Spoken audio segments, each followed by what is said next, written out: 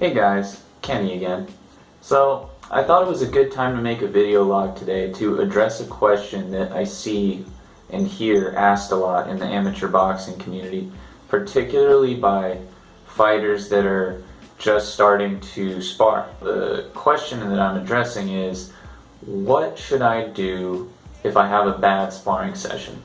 Or to be more specific, what do I do if I get beat up badly in sparring? There's a number of things you can do, and I think that there is one way to approach it that is clearly the most productive, which is, use the experience to motivate you to do better next time, to work harder on everything that you might have done wrong, and to get advice from your coach. Now, there are a lot of external factors that could play into why the sparring session went bad, so you definitely have to look at everything in context. So for example, if you got beat up by a sparring partner that was a lot heavier than you, then you shouldn't have been in there with him in the first place, him or her. You shouldn't have been in there with them in the first place if they're too heavy for you.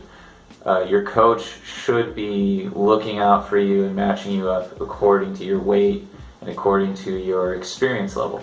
Which brings me to my next point. If you get pounded on by somebody that's a lot more experienced than you, then clearly that person is not the best sparring partner.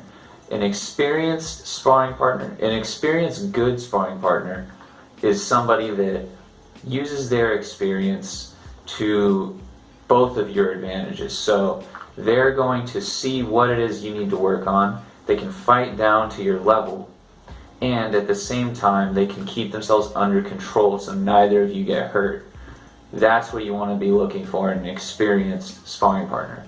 So if you go in there with somebody with a lot more experience than you and they kick your butt, then you shouldn't be in there with them, and I've dealt with that in the past. So it's definitely a type of sparring partner you want to avoid at all costs. And if your coach sees that going on and keeps forcing you to get in there with them, even though you feel like they're just going 100% at you, I don't want to say look for a new coach, but it might be time to take a closer look at them.